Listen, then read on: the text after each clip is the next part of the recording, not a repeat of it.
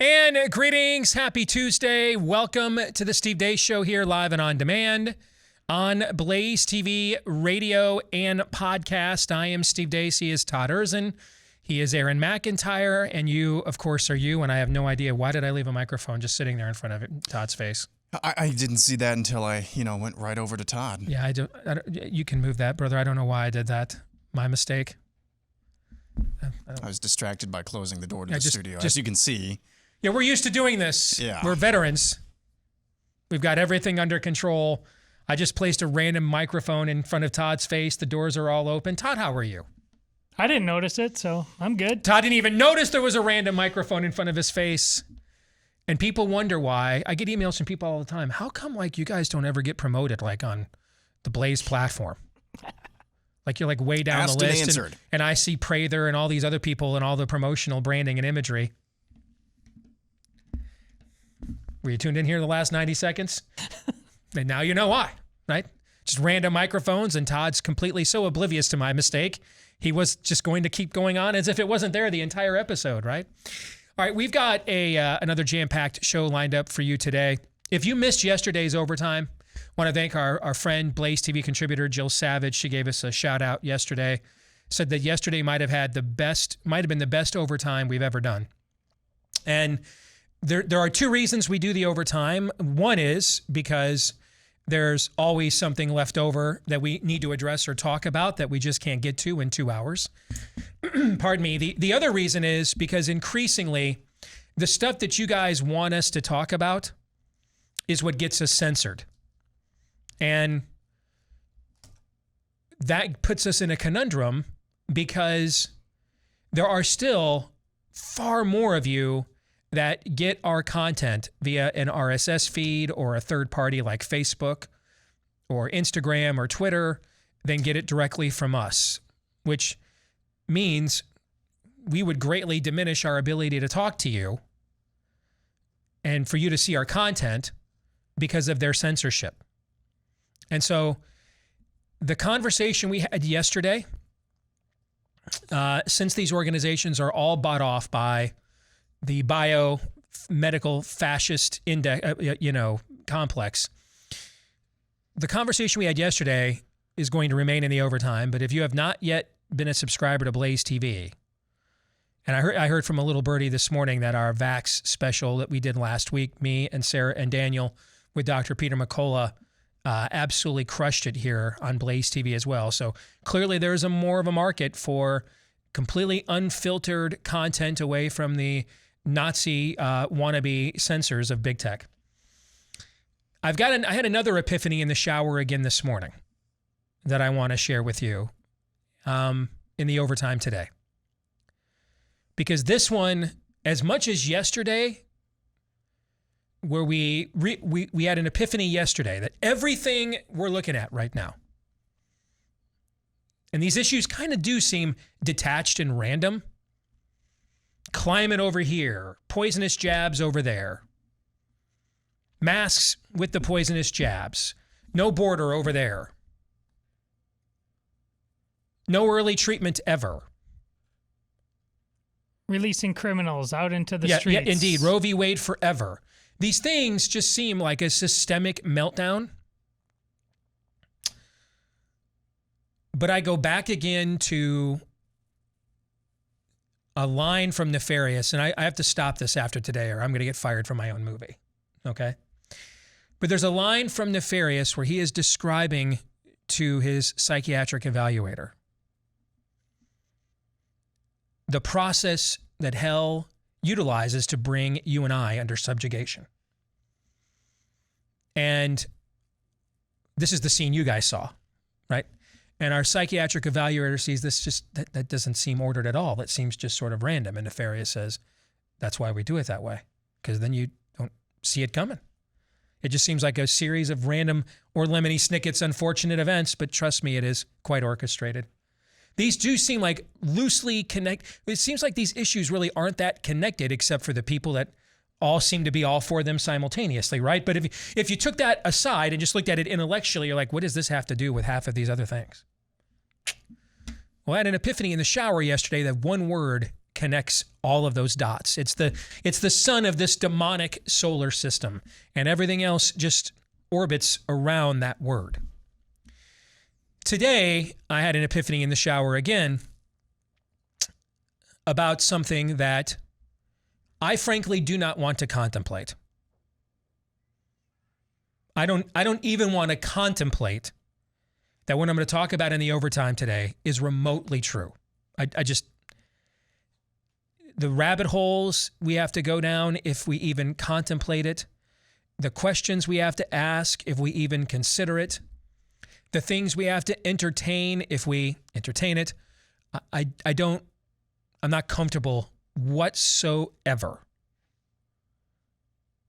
But got to practice what I preach. We're trying to encourage you guys all the time to get comfortable being uncomfortable.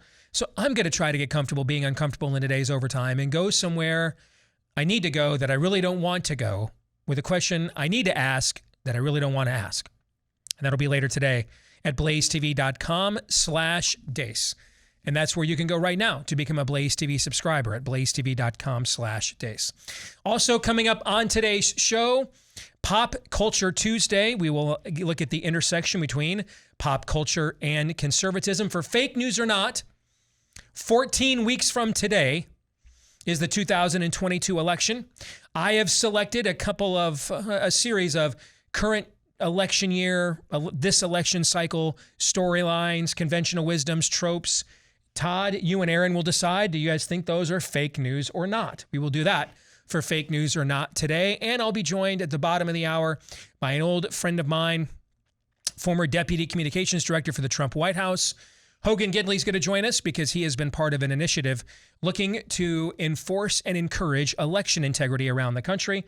So we'll get an update on that from him here at the bottom of the hour. But before we get to all of that, here is Aaron's rundown of what happened while we were away. What happened while we were away, brought to you by something good, I guess. The U.S. military has killed the successor of Osama bin Laden for al-Qaeda, Ayman al-Zawahiri. Al-Zawahiri was previously believed to be in Pakistan, but the drone strike which killed him targeted a neighborhood in Kabul, Afghanistan, where many politicians who work within the Afghan government are known to reside. So yeah, a year after the botched withdrawal from Afghanistan, al-Qaeda's leader was back in Kabul, so that's awesome.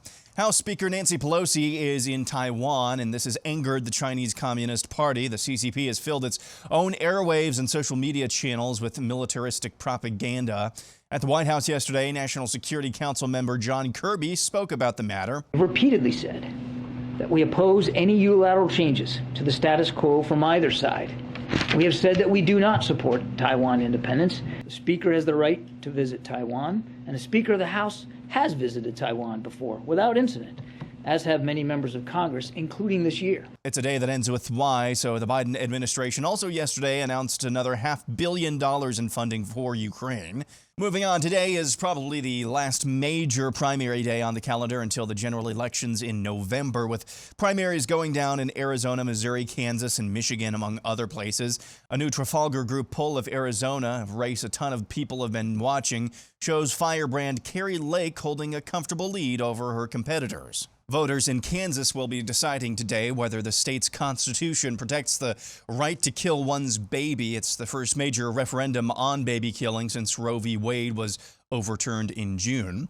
Over on MSNBC, they're having a normal one talking about Georgia GOP Senate nominee Herschel Walker. Be a close election in Georgia because Walker has the backing of the Republicans. Now you ask, why are Republicans backing this man who's so clearly unintelligent, who so clearly doesn't have independent thoughts? But that's actually the reason. Walker's going to do what he's told. And that's what Republicans like. That's what Republicans want from their Negroes, to do what they're told. And Walker presents exactly as a person who lacks independent thoughts, lacks an independent agenda, lacks an independent ability to grasp policies. And the United States Air Force allegedly hosted a drag queen show at Langley Air Force Base in Virginia. Your tax dollars hard at work. This video was allegedly filmed in Houston, Texas. Sergeant, I'll be your servant.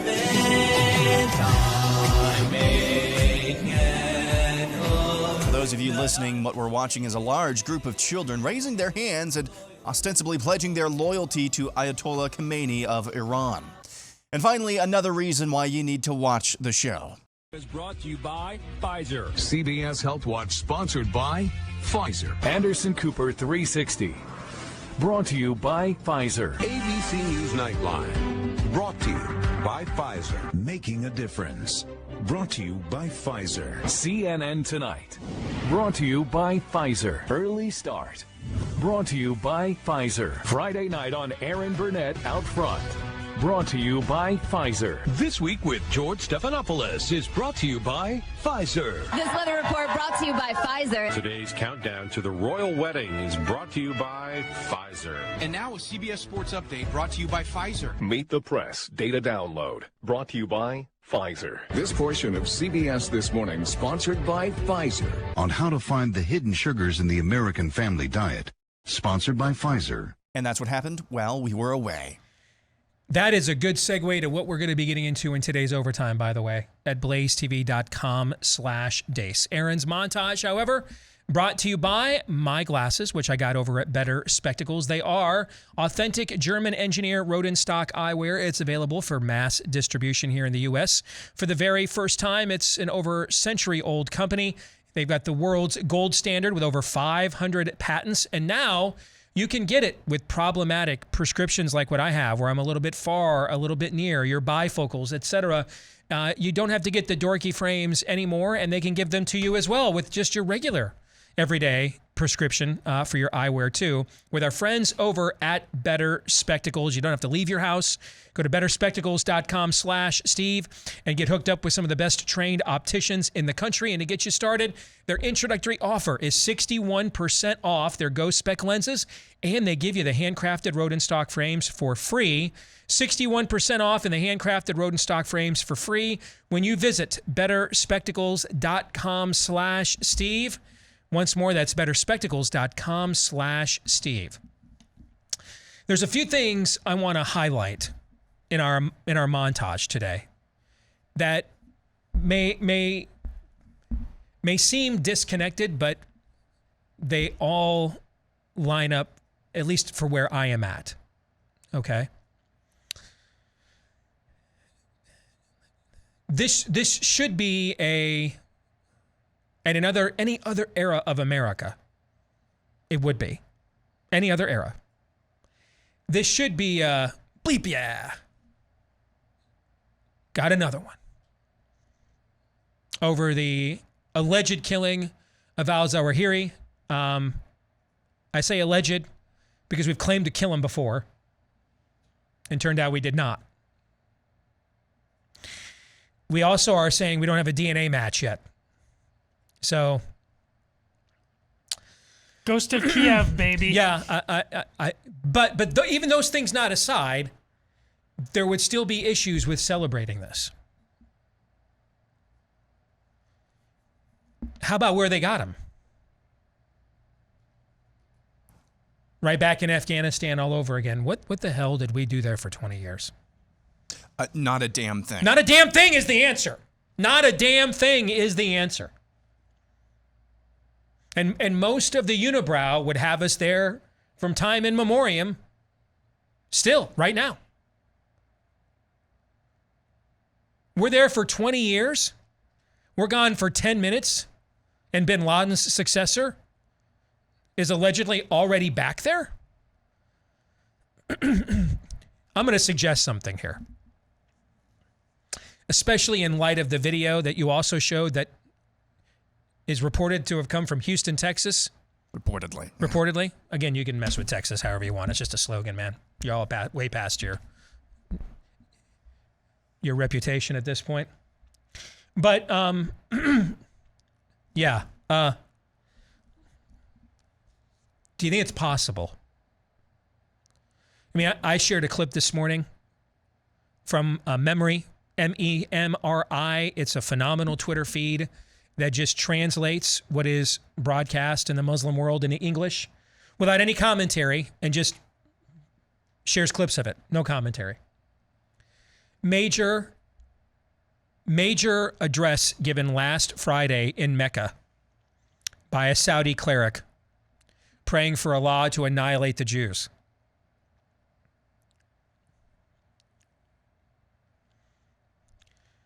I'm going to suggest something that will seem very radical to the people that have been making the post-9/11 decisions in this country, but will seem like common sense to the rest of you. I am going to suggest that there are, hear me out now, gird your loins and batten down the hatches. I'm going to suggest that there are not insignificant populations within the Muslim world that want anything to do with us and instead would prefer it was still the 7th century. And that there is literally nothing we can do to change that. At least not peacefully. Thoughts? Would you think differently about it if you found out they were fully boosted? Sure. Yeah. Quite. And did they get a course of Paxlovid while they were at it too? I mean,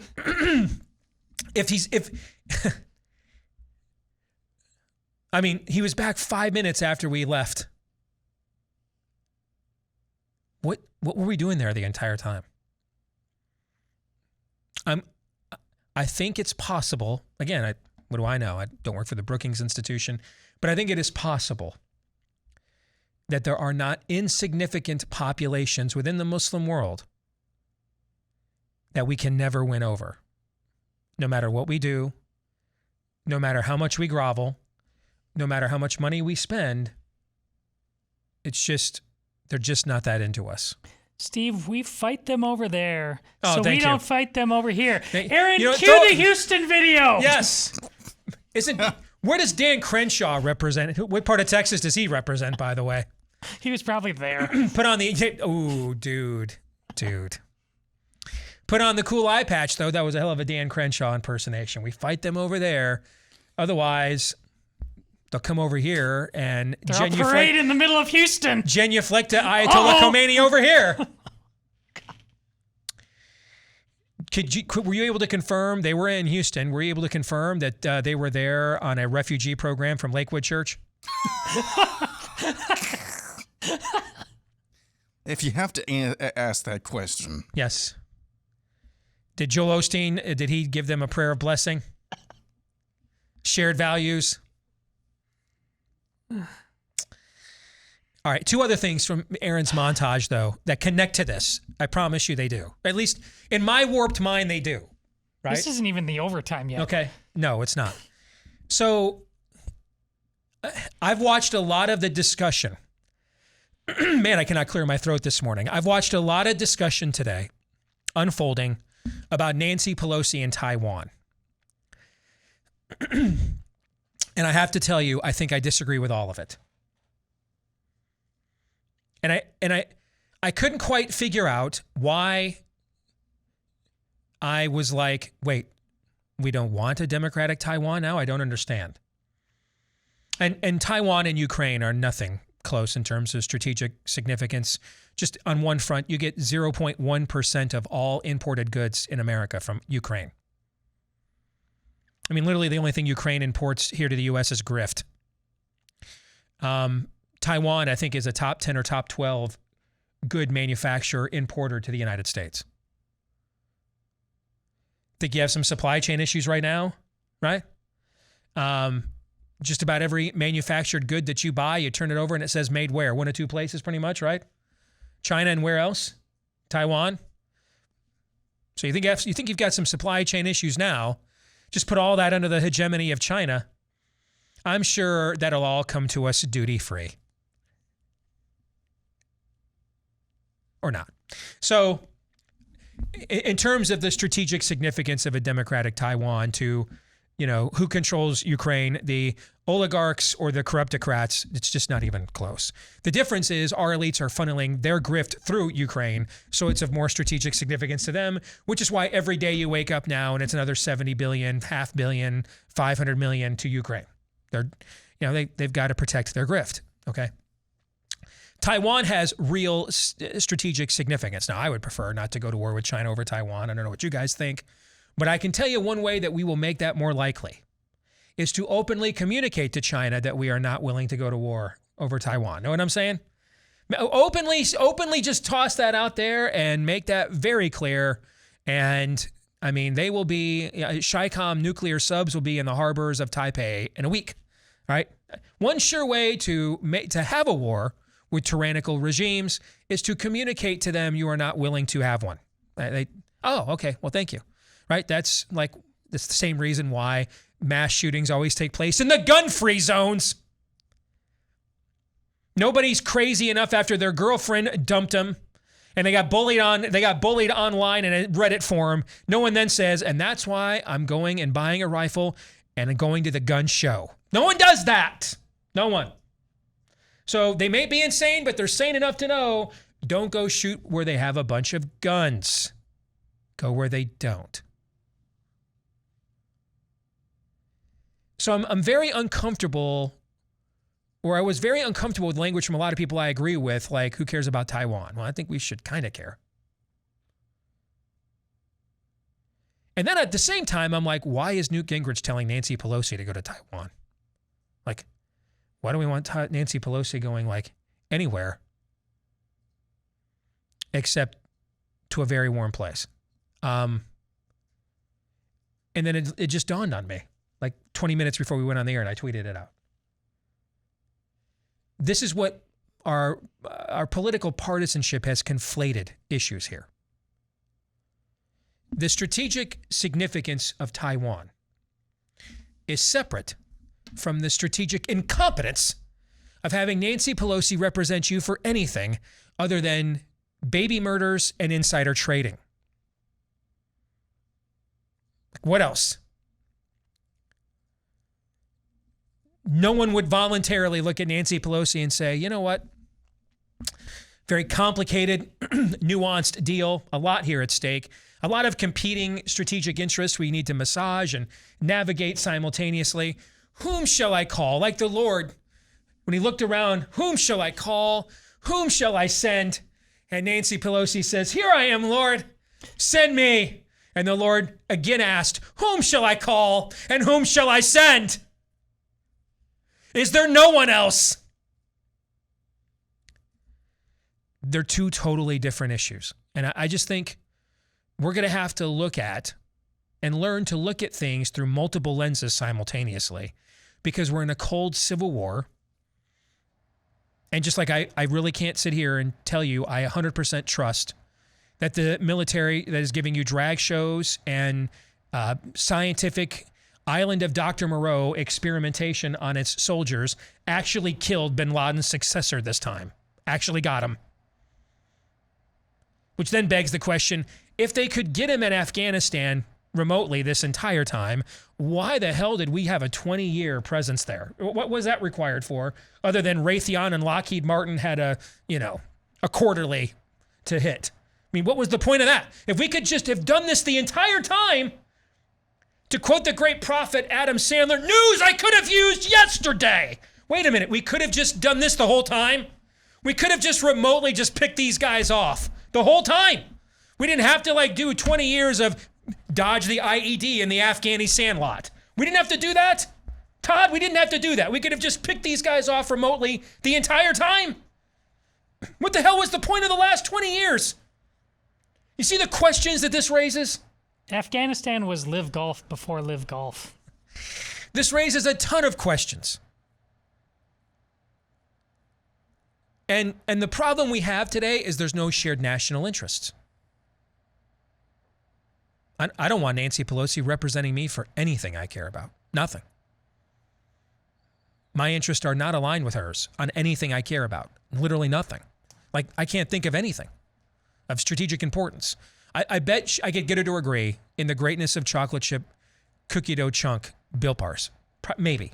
But that has a lot of personal importance to me, but no strategic vital importance. Anything of strategic national cultural interests. Where do your interest align with Nancy Pelosi's? And you guys supposedly go to the same church, Todd. Yeah, I think she should be excommunicated. So. Exactly. So there you go. Nowhere is the answer. Nowhere. So when you think of who do we send into the fray? Who do we show the Chi-Coms we mean business, but at the same time, don't completely, provoke them to a point of no return either? Where would she rank on your list? Nowhere is the answer. So here we are.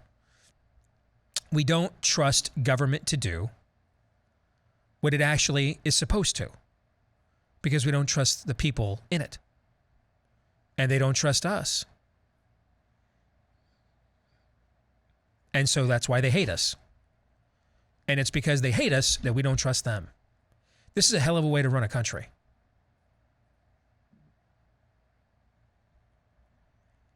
Which brings us to that MSNBC clip. How can I have... I want to make sure I understand this.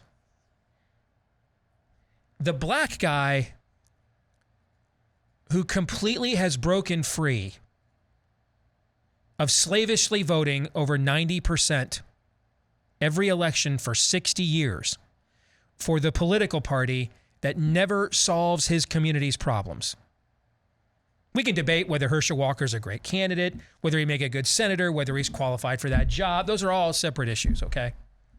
But the black guy who broke away from the slave mentality to think for himself. Now, maybe to make the conclusion you would like, he's the house Negro. He is. But the two black people on MSNBC that are simply doing slavishly, pushing the same buttons for the same party and the same candidates decade after decade after decade, to the point they're still doing the same shows about the same social and urban problems that they were doing for decade after decade after decade. No matter how many elections their side wins, no matter how much money gets spent, they're the independent thinkers. Do I have that right? That math checks out, Steve. It checks out. Like an open border means it's secured. A vaccine that doesn't inoculate works. A medicine that causes a rebound of your infection works. That's the cure. Illegals have more rights than citizens.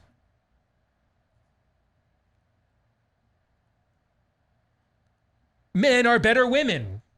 What is a woman? I have no national, cultural, moral, or strategic commonality with that at all. None. I have none. And so therefore, I absolutely don't want it on a plane in Taipei, Taiwan. These things all connect. I can't cheer the killing of Osama's successor because we claimed we got him before. Not to mention, we got him in Afghanistan. He just showed right back up after we pulled out. Not to mention, so we didn't have to be there for 20 years. We could have just killed these guys remotely anyway. None of this checks out. You know what I'm saying? Mm-hmm. Like when you get beyond the surface headline and actually look at these details, the old saying, the devil is in the details. Oh boy. He's all over these details. He lives here, marinates in these details.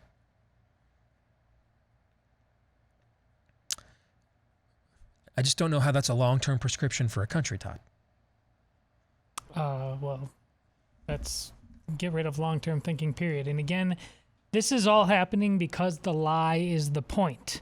If you catch yourself once thinking, well, they won't do that, they won't see that, you got to start. I know it's hard, but they have figured out the United States, for this long, it has worked. They don't want it to work, so they will do the thing that breaks it. That needs to be your math. Well said. We'll come back. Have our elections gotten any more secure since 2020? We'll discuss with Hogan Gidley here in a moment.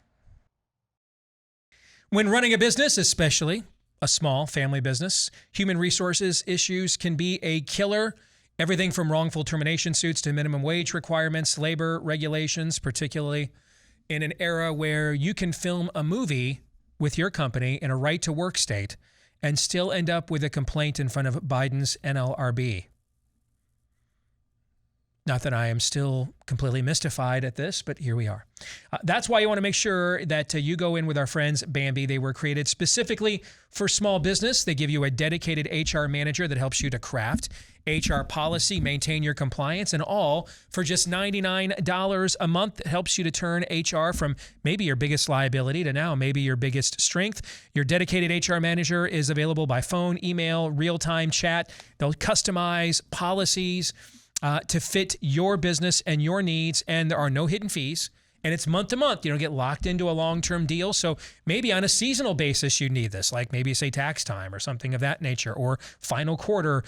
You can just do it on a month-to-month basis and then cancel, and it's all for just $99 a month. You can't beat that. Go to Bambee.com, B-A-M-B-E-E, BAM and B, BAMBEE.com/Steve right now to schedule your free HR audit. Bambee.com/Steve. Get a free HR audit from them today at Bambee.com/Steve. Well, of course, a topic that a lot of you, rightfully, have been very concerned about since election night 2020. I've heard from a lot of you that the two things that caused you to hear about our show for the first time was our pushback against COVID back in March of 2020 from the beginning, but then also watching me help to anchor the coverage here on BlazeTV on election night. And as someone with a lot of experience in elections, all the way up to working on a presidential campaign, I kind of have a fairly good grasp at how elections and turnout models and those sorts of things work. And there were let's just say, before we even get to Dominion voting machines, the math just did not add up. The incongruencies were all over the place. We were pointing them out in real time here on BlazeTV, and that has led to a lot of concern. You had Dinesh D'Souza's movie earlier this year, 2,000 Mules, that, of course, went viral and drew a lot of eyeballs as well. One of the biggest reasons why it looks like Kari Lake is going to be the Republican nominee for governor in the state of Arizona, if polls are to be believed, after their primary this evening, is because of the strong stance she has taken on both immigration, but also this issue. Well, since the end of the Trump first term, I say it that way because it's possible we might be looking at a second term here in about 2.5 years. Since the end of Trump's first term, his deputy communications director and a longtime friend of mine has been heavily involved in this issue. Hogan Gidley joins us now. He's the director for the Center for Election Integrity. It's good to see you again, my friend. How are you? Great to see you too, Steve. Appreciate the time. Look forward to the conversation. So tell us, how did you get roped into this issue? Why did you pick this one to be where you were going to plant your flag post-Trump administration? Well, I think a lot of people took a look at the 2020 election and realized that there were irregularities, illegalities, anomalies, and yes, many instances of fraud as well. And I got to be honest, it was a conversation with my mama that changed things for me. I talked to her. She lives in North Carolina. She expressed a lot of concern they had on the ground there, things she'd been complaining about for decades in her state, with people voting multiple times, catching them in the process. And she was accused of all types of things when she would travel around from polling place to polling place and notice the same person was in line there as they were at another place. And so, there were a lot of questions and concerns after that election. But my mom really just kind of pointed me in the direction and said, look, this is really important for the future of the country. You need to start taking a look at this. And admittedly, as you well know, Steve, a lot of folks after that election promised a lot of things, made a lot of claims that turned out not to be true. So putting that toothpaste back in the tube is almost impossible to do at this point. And anytime you bring up election integrity with voters, whether you're on the right, the left, or the center, they lean in and care. When you bring it up to journalists, and I'm going to use scare quotes here, they kind of just roll their eyes and say, whatever. Well, we've known in this country, think back to Florida. When you're talking about dimpled ballots and hanging chads, we've replaced those complaints with mass voter mail-in ballots and drop boxes. But the underlying theme is still the same. There are questions and concerns that both sides of the political aisle have shared for decades in this country, and it's time we fix it. Polling shows it's in the 80th percentile of all issues in this country that people agree on. We need to fix voter roll cleanup. We need to have photo ID to vote. We need to make sure ballots are returned to election officials by election day. It's not election month. It's not election week. It's election day. Things like that are very popular. So in this instance, you've got a nice little convergence of good policy and good politics. Still some on the left refuse to acknowledge it. Even some on the right refuse to acknowledge it as well. But that's what we're trying to do, is get these states the educational materials needed to show that we need free, fair, and honest elections in this country. It's up to the state legislatures, as you well know and your audience understands, to make those decisions, to decide the time, manner, and place of elections. And so we at AFPI and the Center for Election Integrity give them those tools to kind of go out and work on strengthening their election laws to return some of that faith, trust, and confidence in the process that has been lost for decades. Give us an overall assessment. How much have policymakers taken these concerns seriously? How much more confident are you in our election system heading into 2022 than maybe you were when you left the White House in January of 2021? I'm more confident. I'm more hopeful, in part to some of the work we've done, but other folks we've partnered with across the country. But there are some issues I want to point out on the front end and kind of some of the stumbling blocks you face at the local level. In states like Wisconsin and Michigan, for example, Pennsylvania, you have legislatures controlled by conservatives that pass laws, and then governors just simply veto those pieces of legislation. In those areas, we've decided to partner with local groups to do ballot initiatives, to go through 2 legislative cycles and let the legislature vote on a particular ballot initiative. Then it goes right to the people. If the people pass it, it doesn't matter what the governor does, but that won't be in place probably until 2024. What you have on the right are a lot of governors who've won elections and Republicans who control states in large measure. So why would they make any changes on the one hand? But on the other hand, they're looking at it and saying, wait a minute, if I want to make changes for the future, that's a tacit acknowledgement that there were problems in the past. And then voters look around and go, no, wait a minute, if there were problems in the past and you were certifying elections when you weren't really sure, you were the one in charge. That's on you. So a lot of on the right are refusing to have this conversation too. And I want to remind people, there are folks out there focused on 2020 and they're litigating it all over the place. We'll let them do that. That's their prerogative. What we're trying to do is get security measures in place moving forward in the 2022 midterms, which brings me to some of the successes we've had at the Center for Election Integrity. In about 7 states, we just had significant laws passed that really kind of moved their respective rankings from a low ranking to a high ranking based on our metrics. And I'll give you that just real quickly. One of the things we took a look at were kind of where the populace stood on various voter protection measures. The top 4, voter roll cleanup's number 1 at 88%. That's hard to kind of quantify in a lot of states, but we are working on that too at the local level. But for our ranking purposes, we've developed a color-coded interactive online map that focuses on 3 areas: photo identification to vote, not voter ID, mind you, but photo identification. 85% of Americans believe you should prove you are who you say you are when you cast a ballot. 84% believe ballots should be returned to election officials by election day. I mentioned that already. And 82% don't want any ballot harvesting, which of course is the practice of going around just scooping up a ton of ballots and voting on behalf of people you have no relation to whatsoever. So we took a look at those 3 metrics that really go to revive some of the faith, trust, and confidence that's been lost.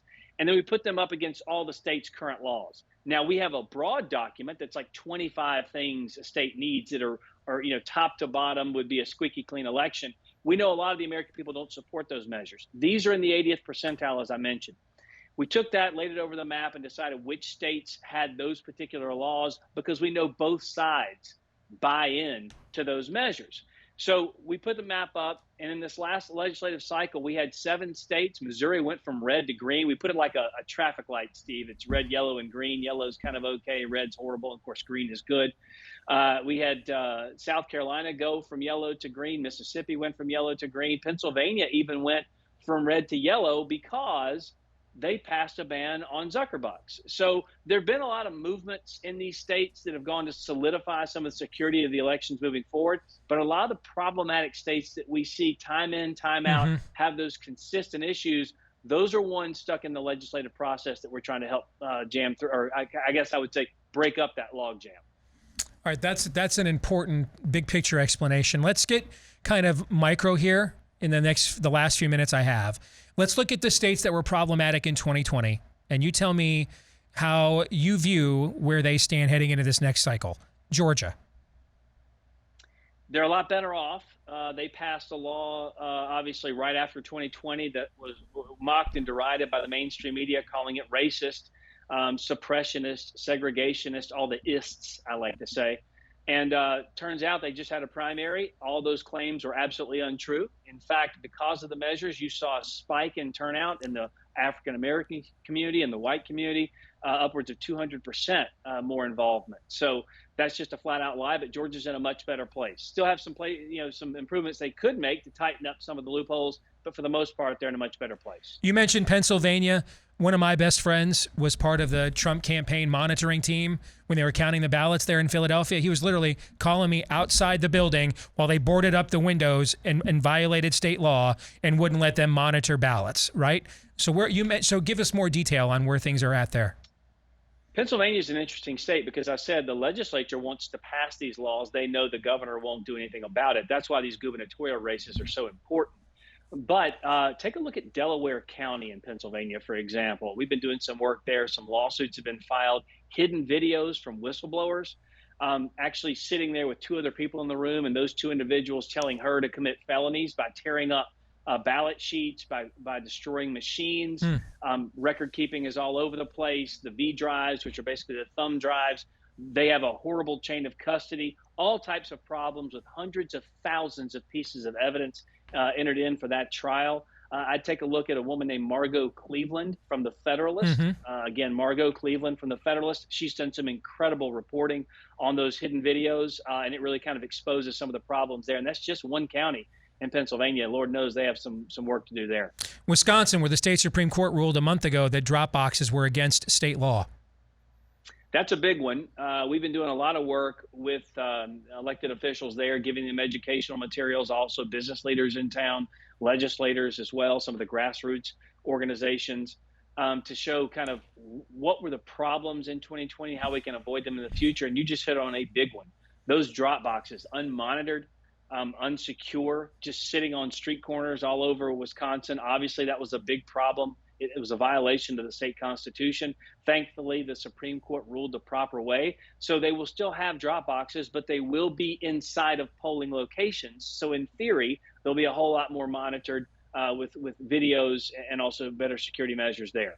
Arizona just passed actually a significant piece of legislation too. They're going to remain in yellow in our category for the Center for Election Integrity because they still don't have good photo identification laws. And for us, if you don't have those, you can't be a green state, meaning if I told you I built you a house, I got great walls, I got great windows, I got a porch, I got a fireplace, I got a carport, everything's perfect. And you were like, yeah, but you don't have a roof. And I'd say, well, what's the big difference? I got all the other things. Right. The roof is kind of the most important part of it. So Arizona doesn't have that, but they did pass a significant law as it relates to cleaning up their voter rolls. Again, an 88% issue, taking a look top to bottom, kind of exposing the people on the rolls that don't need to be there. We found over about 430,000 in the state of North Carolina. The Secretary of State in West Virginia found over 300,000 in his state, 25,000 in Michigan. Dead people on the rolls there, 5,000 of whom had been on the rolls for more than 15 years. Arizona's not immune to that problem, but thankfully with some of their legislation they just passed and Governor Ducey signed, it's going to be a whole lot harder for those dead people to cast ballots in Arizona. You mentioned Michigan. Let's go there with the whole Antrim County mess that I talked about on election night. Nevada, where they had so much evidence of people that were no longer eligible to vote in the state, still having their votes counted. I've got about a minute. What can you tell us on those two states? Nevada's still a mess, a lot of problems there, but thankfully just the drumbeat continues to expose a lot of the problems. Michigan's another one of those states where we have legislature that passes laws. The Governor Whitmer does a big spectacle of it and then just tears it up in front of friendly crowds to show she's so tough on it. But the people there want it. Again, it's in the 80th percentile for the measures we want in place. We've been traveling there quite a bit, having conversations with folks on the ground. Not a lot of movement there, but there is a Secure My Vote initiative, MI for like Michigan, kind of clever and cute, Secure My Vote. They got some signatures together enough to put it before the legislature. Hopefully, with 2 consecutive sessions, it passes and then goes right to the people, and they'll have more secure elections in Michigan as well. Hogan, if people want to follow you guys' work, how can they do that? AF1 Policy stands for America First Policy, AF1 Policy online. And of course, I'm at J. Hogan Gidley, J. Hogan Gidley on Getter, on Twitter, on Instagram, and everything else. And we have updates basically daily on a lot of things going on across this country, including some new lawsuits about to pop here shortly. Good to see you, my friend. Looking dapper as always, man. Take care. All right. Thanks, Steve. All right. Talk Take to you care. later. You bet. Now, I can't promise that you'll look as dapper as Hogan there, but these Blaze TV socks that we have another round of this year are absolutely a gem. My favorite are the Klaus Schwab Wnba. That's my favorite pair, but we've got multiple new ones that are perfect for the Let's Go Brandon era. Maybe you're a DeSantis fan. You see we've got a Big D sock line there for you as well. There you see, if you're watching on video, the Klaus Schwab You Will Eat the Bugs. Limited edition. You can get them now at blazesocks.com before they're gone. blazesocks.com and use the promo code DACE-SOCKS, D-E-A-C-E, DACE-SOCKS, to get 20% off your purchase. blazesocks.com and use the promo code DACE-SOCKS to get 20% off. Thoughts on the conversation we just had with Hogan Gidley? How useless are our secretaries of state? Apparently very. Because the whole notion about when you have Democratic governors who won't sign things, well, those are elected positions. Are they not? I mean, they are here in Iowa. Mm-hmm. Is it? I assume it is. But in every state it is. Yeah, Well, should be pressure brought to bear by those, even if they're within the same party, if you are doing your job. But the problem is, no one does their job anymore on any level. And so there's no accountability for that governor, and therefore he's allowed to get away with vetoing things that really the people within his own party, if they were within that, should be face such pressure to force them into just obviously saying, I don't care what the rule of law says. Yeah. I don't know what to say. Yeah, that's true. Yeah. Hour 2 is next. And greetings, back with Hour 2, live and on demand here on Blaze TV radio and podcast. Steve Deace here with Todd and Aaron McIntyre.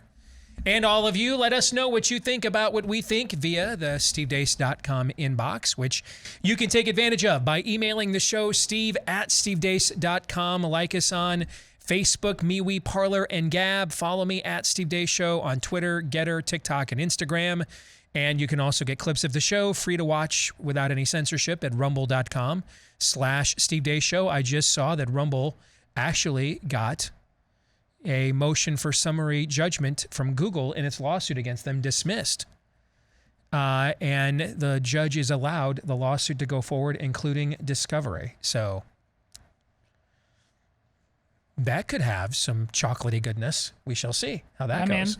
I'm totally in for that, indeed. And then don't forget, you can find me on Trump's Truth Social at Real Steve Deace. At Real Steve Deace there, and that's DEACE. Thanks to all of you who are podcast listeners and have left us a 5-star review. Hit subscribe or follow. You are a big part of our audience, and we appreciate each and every one of you. If you've yet to do those things, and you've got a question that you would like us to consider for a future Ask Me Anything episode, include it in your 5-star review, and you will go to the front of the line for consideration from Todd for the next Ask Me Anything. And again, thanks to all of you that have left us those 5-star reviews and hit subscribe or follow already. This portion of the program brought to you by realestateagentsitrust.com in these unprecedented times. Bing. Where we literally have fewer mortgages being written right now than we did after the housing crash in 2008. Make sure you have a true co-pilot, a real agent with real verified track records of success that knows how to get you from the start to finish. Because I'm just telling you, I've done this 2 other times in my life when the economy was much better and more certain than it is right now. And that was stressful. I mean, I can't even imagine the stress of going through that process when your fate is just so, tied to other people's wishes and desires And now you're doing it here in the Let's Go Brandon economy. You need to make sure you've got a real estate agent you can trust to get you to the finish line. And where would you find them? Well, the name kind of says it all. Just about anywhere you want to move to or get away from. We can find you a real estate agent you can trust on this website at realestateagentsitrust.com. Again, that's realestateagentsitrust.com. All right, let's get to fake news or not. You guys ready to go? You bet. Let's do it. So we are going to take a look. You know, the 2022 election is 14 weeks from today, 98 days. So we're going to do a fake news or not with current conventional wisdom or social media tropes out there about the election. Before we go through these one by one, we didn't have a lot of time to get into this with after we talked to Hogan Gidley from the Center for Election Integrity last hour. I got to tell you, I didn't find that to be the most encouraging report. Did you? No, that's why I asked what I asked about the secretaries of state. Like this, you had one job, dude. Like, but everywhere this is systemic. Yeah, I did not find that to be the most encouraging report. And you're just going to have to beat these people outside the margin of cheating. Because it is very difficult. I mean, look how many incongruencies. I think it's funny. On this issue, for whatever reason, I am the Pollyanna. Okay? Like, I can't be negative enough. On every other issue, people are like, can you give us some hope? Can we keep hope alive? All right? On this issue, people are like, you still have hope. All right? It's not that I have hope. I have experience. Okay? It's not that I have hope. Don't give me hope. It's not that I have hope. I have experience. Right? I when you guys see, you know, there was a poll out yesterday that had in a potential 2024 matchup, Donald Trump leading Joe Biden by 6 points. I have experience quantifying how many, what those 6 points represent in terms of hard numbers, if that were to be the outcome, right? In an election where 175 million people, 175 million ballots are cast, I've got a lot of experience quantifying what those 6 points would represent. And it's just, you cannot manufacture that outcome. I mean, look at how close this last election was. What was Georgia, like 13,000 votes? Nevada was like 30,000, if I remember right. Look how close all these states were, and look how much they had to expose themselves to conjure the outcome in elections that were this close, right? Mm-hmm. Look at how, I shouldn't say easily, look at how available, if you were willing to look and put up with the heat for looking, how available the incongruencies were. And that was to manufacture outcomes to move a point, a half a point, a point and a half in all of these states. Can you only imagine the Herculean task of having to move 4, 5, 6, 7 points? Maybe you can't. I can. In this case, it's a little bit like Warren Buffett. Like, he starts throwing numbers around about what he's investing over there. Those numbers I can't begin to fathom. They mean nothing to me, right? But he would understand what they mean. And in this case, I do. And I'm just telling you, the amount of exposure they gave themselves to move half points here and full points there. Can you even imagine therefore the things we would uncover that would be bursting at the seams if we were talking about moving 4, 5, 6, 7, 8 points? Because those numbers are monstrous. So I did not find that to be the most encouraging report, frankly.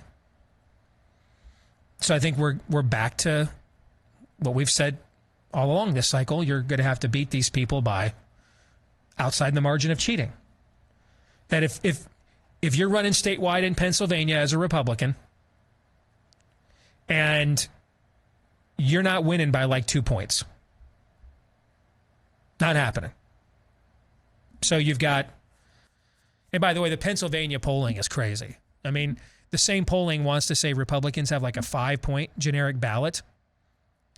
But like both, is it Mastriano, that's the gubernatorial candidate, right? And Oz, the Senate candidate, are both getting annihilated. And they're not even the same kind of candidate. Like Mastriano is an absolute hardcore base MAGA guy, and Oz is, your typical corporatist GOP puke. It'd be one thing if they're like the same candidate and voters would both be like, I don't want the MAGA guy or I don't want the puke. So pox on both their houses. But they're different candidates, totally different profiles. So the GOP is going to win is up by 5 points on the congressional ballot, but Oz and Mastriano are both going to lose by double digits. I'm not buying that. Those things can't be simultaneously true. Can't be. Impossible. So one of them's false, or they're both false, but they cannot both possibly be true. Or things have changed so much that we'll have to go to the next step beyond. It's just demonic, bro, and you'll come in the next day and say the end is nigh or something like that. Well, and I am, that's when we get black-pilled and we tap out. Yes. Okay. But if you're Doug Mastriano or Mehmet Oz, who polled at 38% this morning, I got to believe Kathy Barnett could have at least polled at 37, guys. What do you think? Could she have polled at 37% as the GOP nominee, do you think?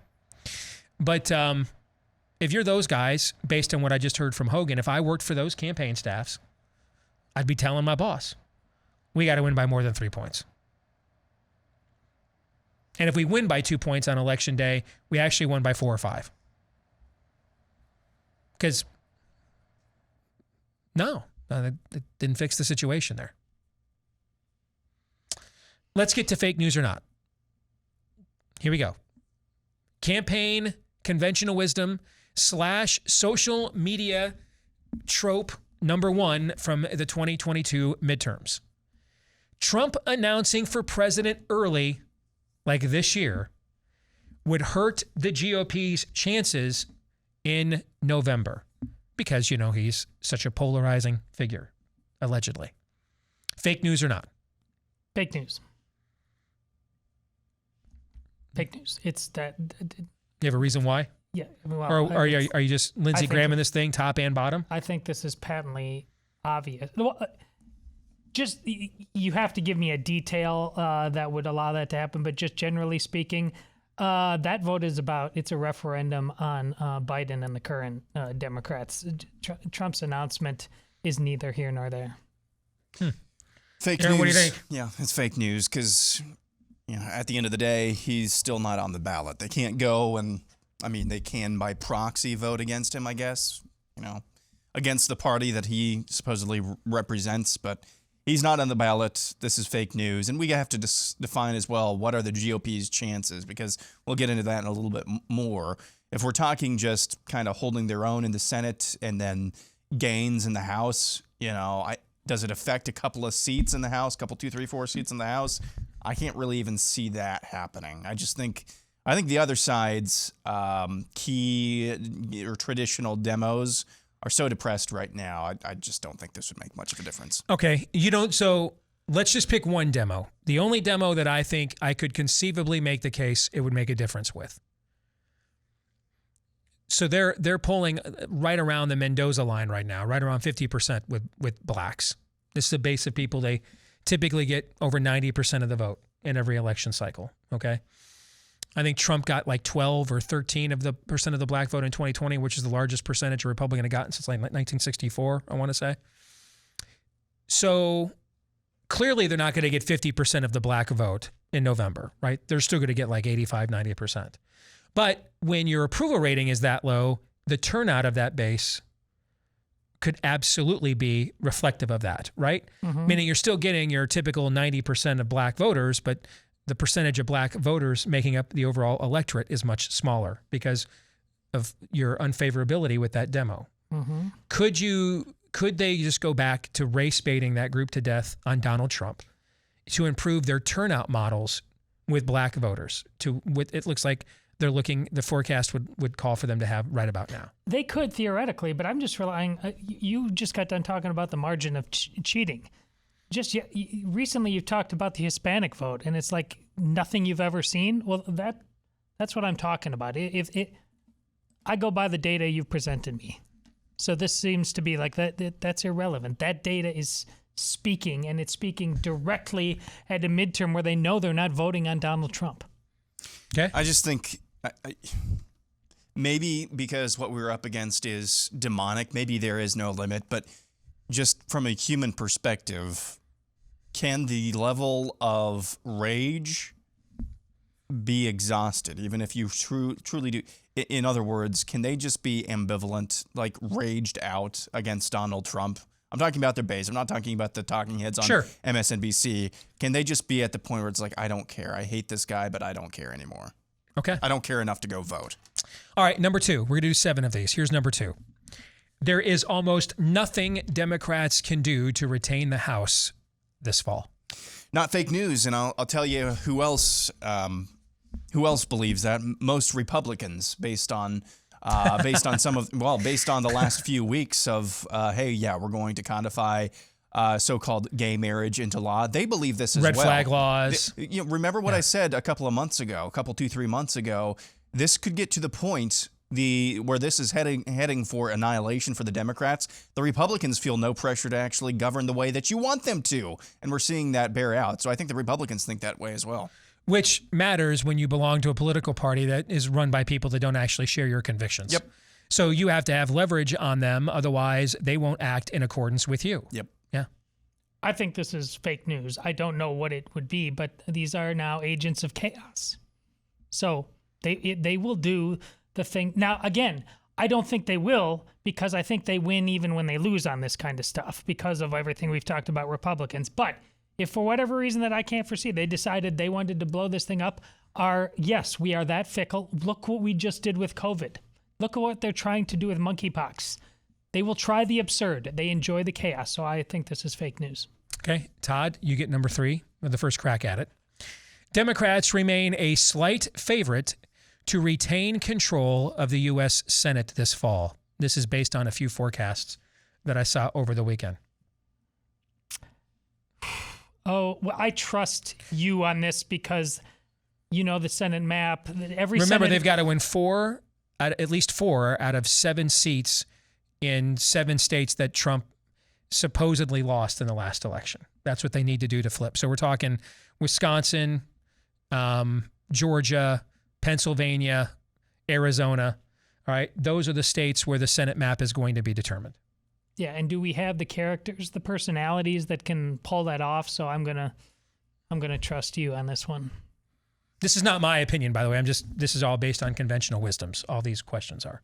Yeah, but you just saying that it was conventional wisdom, and if you hated that conventional wisdom on that show because of how you operate, you would have blown that up by now, and you haven't. So maybe you will. But right now, I'm going to say that's true news. Aaron, what do you think? As much as I don't want this to be true, I think this is fake news because I think they are solid favorites, actually. Your margin for error was kind of removed when Mehmet Oz won. I mean, look, we just rehashed that, so I don't need to rehash that again. Your margin for error was kind of removed. I think they could swoop in Ohio with J.D. Vance and Blake Masters. I guess we'll find out tonight. But Blake Masters in Arizona. Masters would be a flip. Masters would be a flip. Yeah. Yep. I would like those guys to win, but I'm not totally sure that it's there. And Warnock has been leading in basically every poll in Georgia as well, which is hard for me to believe based on Herschel Walker's name ID down there. But I think they're actually a solid favorite to retain control of the Senate. Yeah, just looking again at the Senate map, it's essentially the 2020 presidential election map. All the states that we just asked, with the exception of Michigan, all the states that we just asked Hogan Gidley about for election integrity after the 2020 election, Wisconsin, Pennsylvania, Georgia, Arizona, Nevada, all the same states are what will determine the Senate map in this election. Yeah, and we would know the personalities by now. Like I'm not paying that much attention, but they would be in our face, like Carrie Lake. We'd know them by now, right? Wouldn't we? I mean, that's why we know her. So the seat in Wisconsin is Ron Johnson's trying to retain his seat. Mm-hmm. So that's a hold, not a flip. Pennsylvania is the open seat with Pat Toomey's retirement, and so that's the guy that had the vax injury against who with the stroke against Mehmet Oz. Yeah. Fetterman's his name. Yeah. Okay. Arizona would be, it looks like Blake Masters is going to win.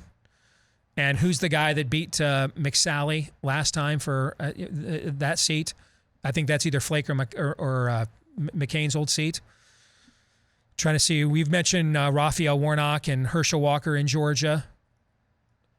I don't remember. I think is Nevada Laxalt and Mastio Cortez or somebody who's the Democrat senator there. Yeah. And Laxalt, whose dad, I think, or somebody in his family was a longtime governor of the state or senator, I believe. So he has at least a political history with that state. I think those are the state. Those are the key races. Have you looked at the Georgia race that much for Senate? I have not. Okay. I'm aware of polling that has Warnock up by 3 to 5 points. Yeah. I don't believe that'll happen on election day. I don't. Next one, number 4. Republicans will get a historic share of the Hispanic vote in November.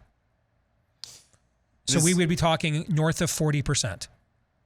This is not fake news. The trend, and if it was just that one CBS News poll that we talked about yesterday, if it was just that one poll that showed this seismic shift, I'd be like, no, I'm going to need a little bit more than that. But we saw that in 2020 as well. So this is not exactly a new trend. In fact, there is a trend there. So I'll go, this would be, we're still going out on a limb here, but I'm going to say this is not fake news. I think Republicans will see historic support or slice of the pie of the Hispanic vote.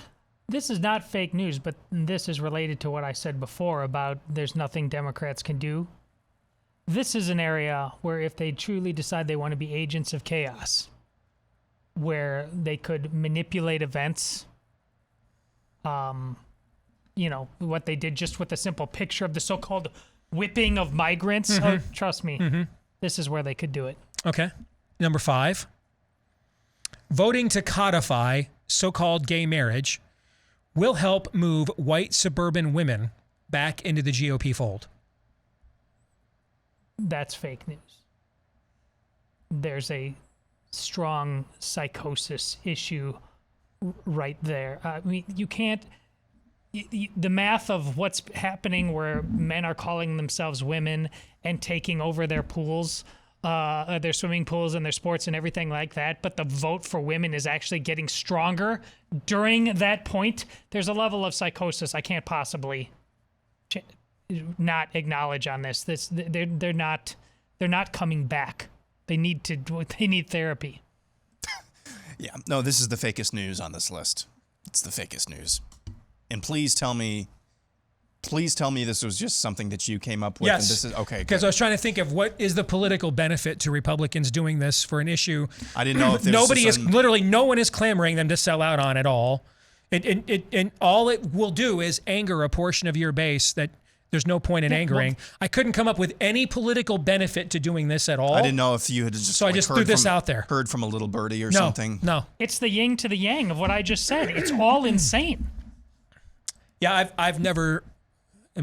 Republicans looking to retroactively codify into law the thing that was the vanguard that brought us to What's a Woman and drag queens teabagging kindergartners, and doing it in an election year for absolutely no political benefit at all. Like none. Like no political benefit at all. Won't change any minds to you. Would only change your mind, change minds against you. It's just peak GOP. What's demonic it's so as on well. brand for controlled opposition, and it's demonic. It's demonic as well. This is what Tucker Carlson was talking about when he was in Iowa. Exactly what you were just talking about. Absolutely no political benefit whatsoever. So why do it? Why do it? I don't know. You don't want to, be whispered about in the halls of Congress as being some sort of anti-rainbow bigot. I don't know. Maybe that's it, but there's no benefit whatsoever. And I don't want my private life outed if I vote against it. Yeah. Don't think that that's not a major factor here. Yeah. A major factor here. You bet. Number 7. This is the most important election of our lifetimes. I threw this in because we have actually not heard this yet. This is the first cycle I can ever think of, midterm or presidential, where we were not inundated with this by now. And I don't recall hearing it one time, Aaron. not one to sit here and cast aspersions at your quips for fake news or not. I think what would have been a lot better is this is the least important election of our lifetimes. Because I'm dead serious, it might be. It might actually be. Because you're seeing right now, you know, other than maybe the COVID stuff, which I'm still not sold as a guarantee will actually hold anybody accountable. But, I mean, what's going to happen? It's just going to be lame duck. It's just going to be lame duck. I can't get the readings, and today, again, continued from Jeremiah. And it's what Pastor Tony Evans said at the summit, Family Leaders Summit a couple weeks ago. He was talking about God, Jeremiah. It's not somebody else punishing you. It's I'm punishing you because you need this, and I can't get that out of my head.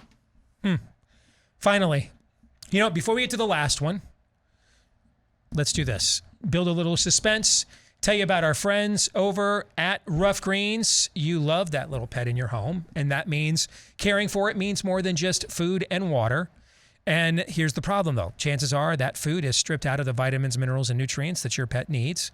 For the same reason they strip it out of the people food that we need and eat these days. Mass distribution, long shelf life. That's why we spend so much money investing in supplements for people. And now there's one for your pet. It's the supplement powder you mix into your pet's food. And with that one simple act, you help to restore to your pet's diet the vitamins, minerals, and nutrients it needs. We wanted you to try this so bad. We're going to give you the first 14-day Jumpstart bag for free. Now, you'll pay for the shipping so that you have some commitment here because we want you to use it.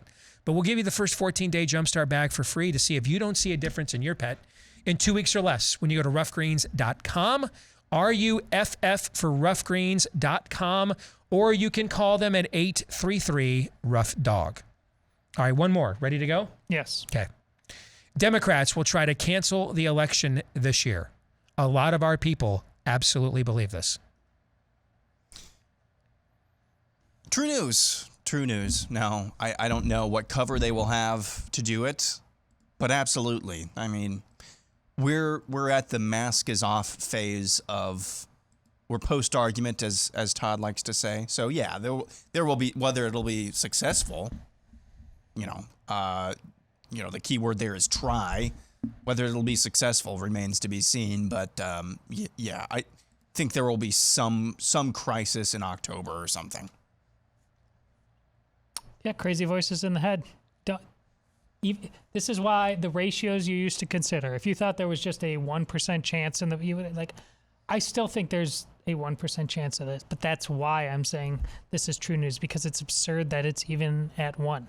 They think about these things. They talk about these things. This is what monkeypox in Democrat cities, when we know exactly who has this and how they get it. Trust me, they're talking it through. Okay. Let's game plan this out then. Okay. And let's just take one place, your state, your home state, right? Let's take your home state, which was one of the most controversial outcomes in the last cycle, just had its state Supreme Court rule that the ballot harvesting drop boxes were illegal. Okay. So you got a tempest in a teapot up there, right? In your neck of the woods, right? Should, yeah. Okay. And the outgoing Democratic governor says, medical emergency, we cancel the election. Or we're just going to do everything, all the voting will be online by executive order. Dares you to go to state Supreme to the courts. It'll take weeks and stuff, to overturn it, but they just try to impose it anyway. What happens?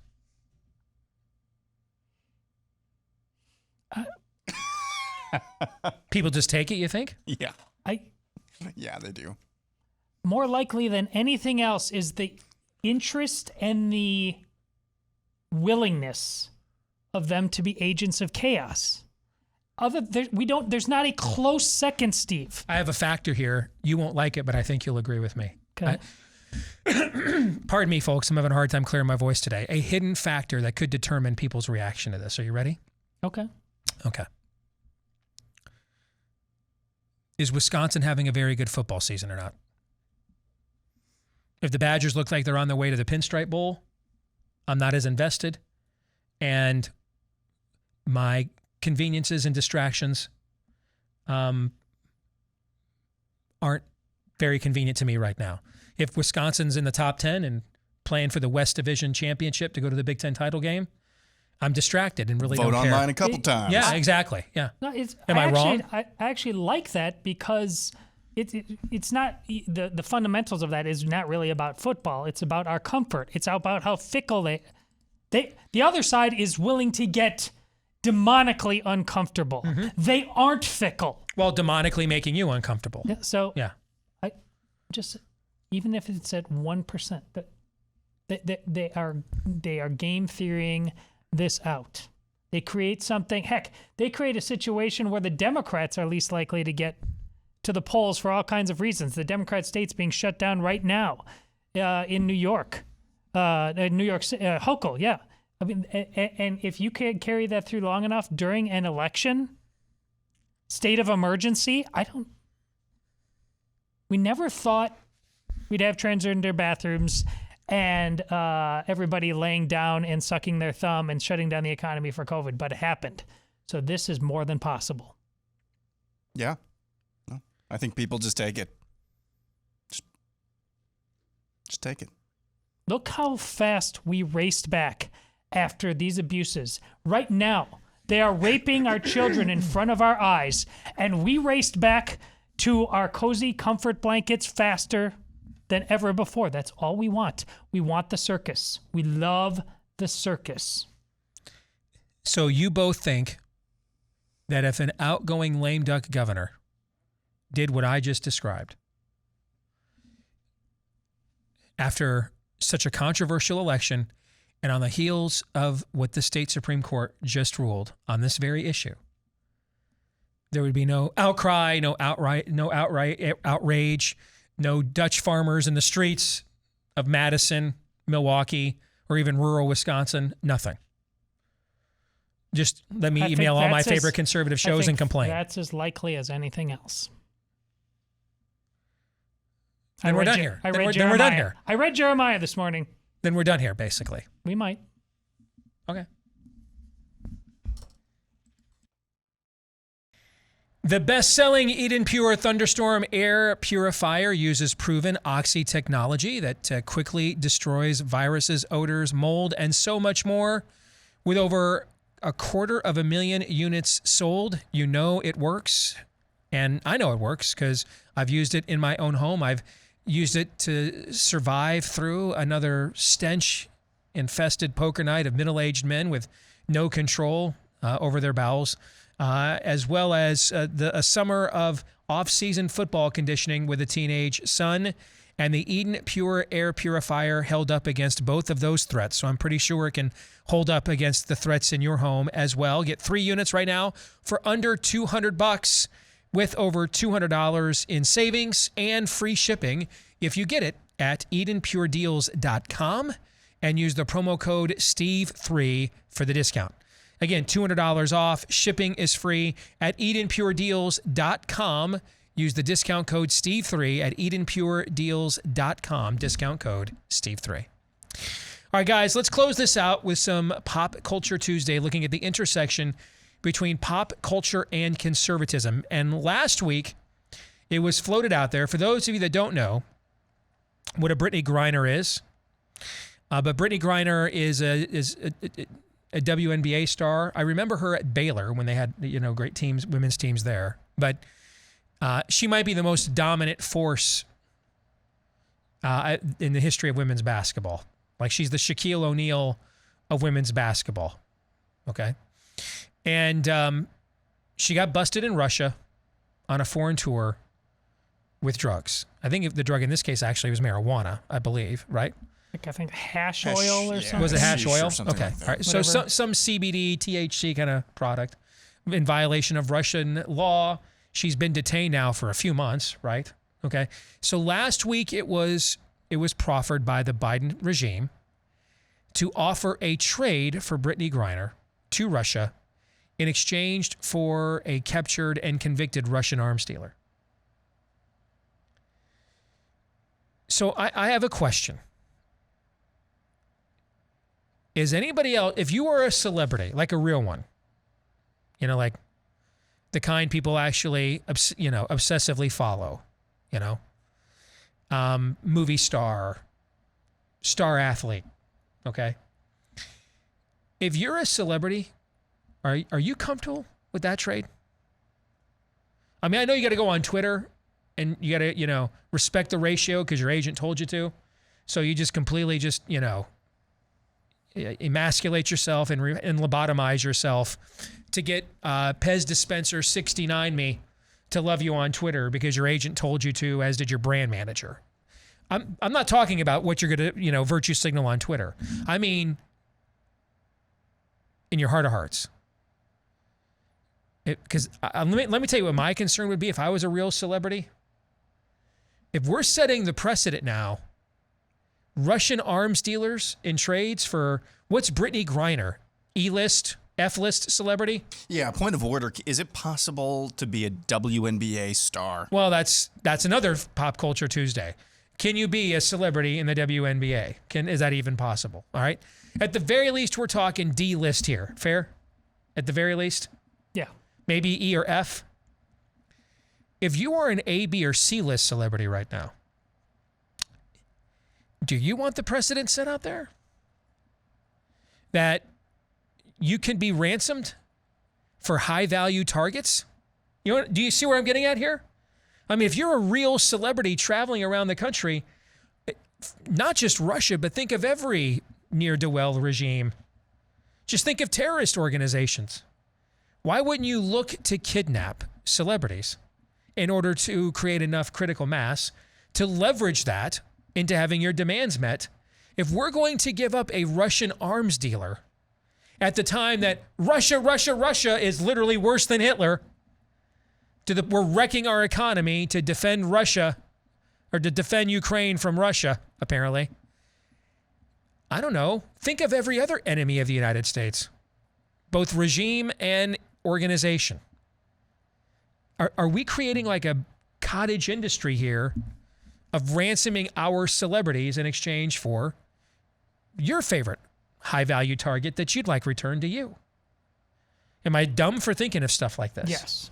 Okay, good. Go ahead.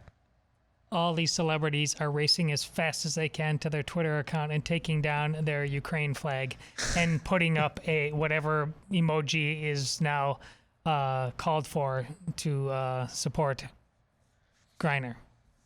That's it. You even you said heart of hearts as if that was making me think differently. No, that only cemented the way I was if you thinking. were a real A or B or C list celebrity, would you be like, I don't know if this is the precedent I want set? Would you be concerned about that? No one has the epiphanies you do in the shower in Hollywood, Steve. Come on.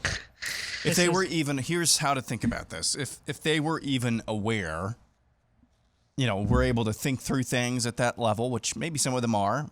A lot of them are not because they live in Hollywood. Yeah, they would be, if they were honest, they would be concerned. Here's, though, why I want this precedent to be set. Here's what happens. Game plan this out. Game theory this out, which I don't know if you've done. I don't know if this is where this is going. Eventually, they're going to keep kidnapping Russia, China, whoever. Keep kidnapping all of our actors, all of our celebrities.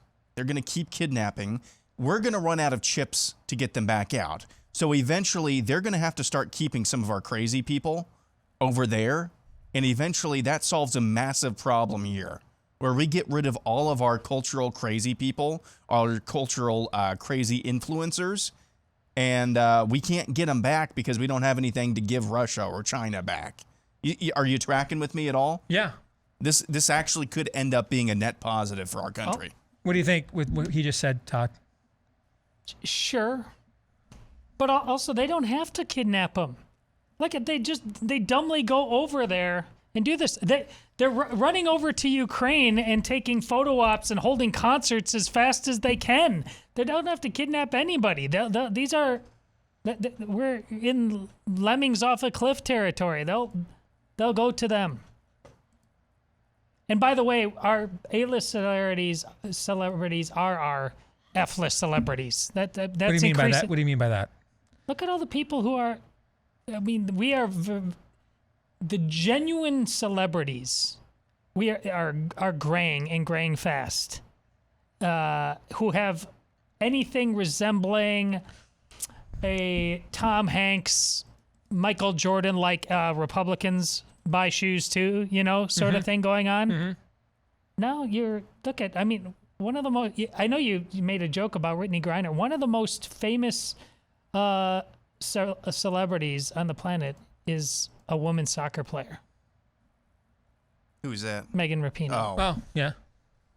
She's what's her face, who held up the severed fake head of Donald Kathy Trump. Griffin. Yeah. She's Kathy Griffin, who was a D-list, and her whole show was tailored around I am a D-list celebrity. Mm-hmm. I own it.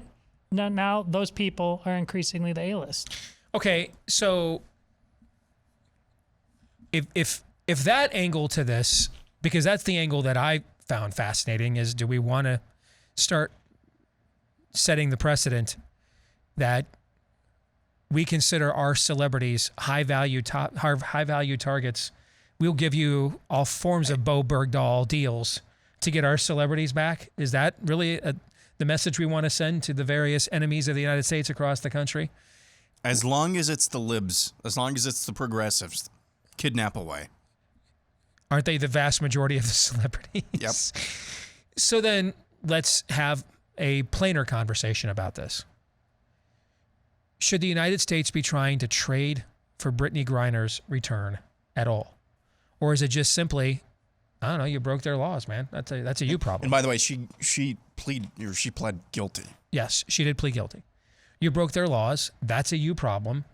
Don't smuggle drugs into somebody else's country, Just because we don't care if you smuggle drugs into ours, because we apparently don't, okay? That doesn't mean other countries might not take too kindly to you smuggling drugs into theirs. That's a you problem. Should that be the position, or is there a price point where it's clear the punishment being meted out here is beyond punitive, and we have a responsibility to now represent the interests of our citizens caught in such a situation? Well, that last part is absolutely true. We should, and perhaps this is something that a Republican can assist with without selling their soul for some ridiculous trade. But listen, the reason this is done is because she's clearly a cog in the cosmic. I mean, she's gay. You haven't even mentioned that, which to your credit. I guess I didn't even realize. I don't know that much about her. I just remember her at Baylor dunking on chicks. She's gay, and she was dumb enough to go into a place called Russia while committing a crime, and then after regularly having a history of ripping on the United States, while over there, her defense was, my rights are being violated. Which rights would those be? Yeah, exactly. Defined by who? Where do you get your sense of rights? Where do they come from? Let's have a Steve Deace 101 conversation. So this is just so cosmically stupid. But yeah, she's a child of God just like anybody else. If we can get her out, we should try, but we should not be doing this nonsense. Aaron, what do you think? Oh, no. She's better. I mean, LeBron James said, said she's better off there anyway. And we should always listen to him, right? Yeah. No, I mean, he's constantly reading the first page in many written works. I don't know how true that is, but that's one of the best tropes out there. A learned scholar. There's pictures of him reading books, and he's always on page 1. Yes. Yeah. No, he said she's probably better off over there. Like he said, I don't know if I'd want to come back anyway or something like that. Yes. And it makes sense because, Russian prison, just a picture of luxury, of pamperedness. You ever been to a Russian prison? I hear you. Yeah. Been to a Turkish prison? I noticed they left that out of that video last week when they were trolling us with our values about moving to Russia. Or being a member of the 1%, no, actually, 0.1%,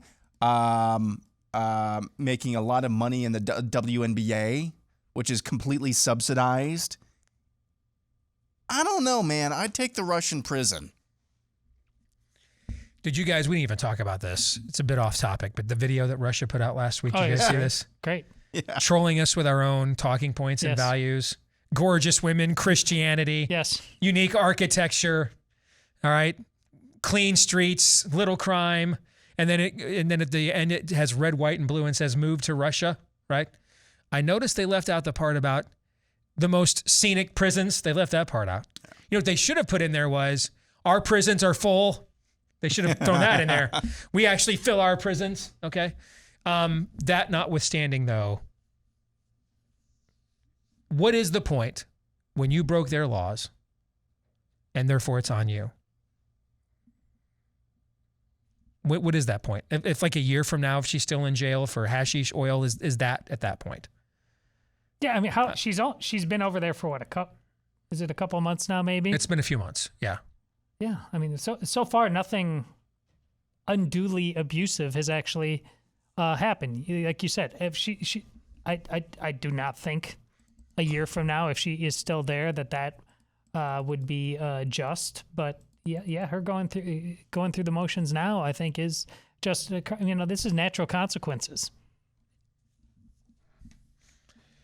If it were an NBA player, an NBA star, so a male athlete, would the pressure have been far more pronounced to get them out of there because they would have been far better known? I mean, no, less. What's you think less? She's a gay player in the WNBA. So gay, black, and female. Yes. She checks enough media boxes. Yeah, this is why it's so. If it's, I mean, it's people. If it was LeBron James, pick a. She's kind of the LeBron of the WNBA. Pick a to make your point. Pick who's an average NBA player off the top of your head. I mean, I just pick even off of your guy from Michigan who was on the national championship team. He's turning out to be quite a good... Duncan Robinson? No, not the national championship team, on the NBA Golden State Warriors. He was on... Oh, Poole. Jordan Poole. Jordan Poole. Yeah. Okay, nobody knows who he is really nationally, but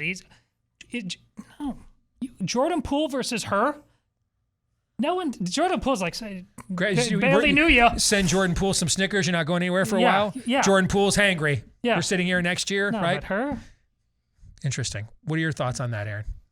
Oh, no. I think there would have been less pressure. Yeah, as soon as I heard this, I'm like, this is the double whammy. This is the the triple whammy.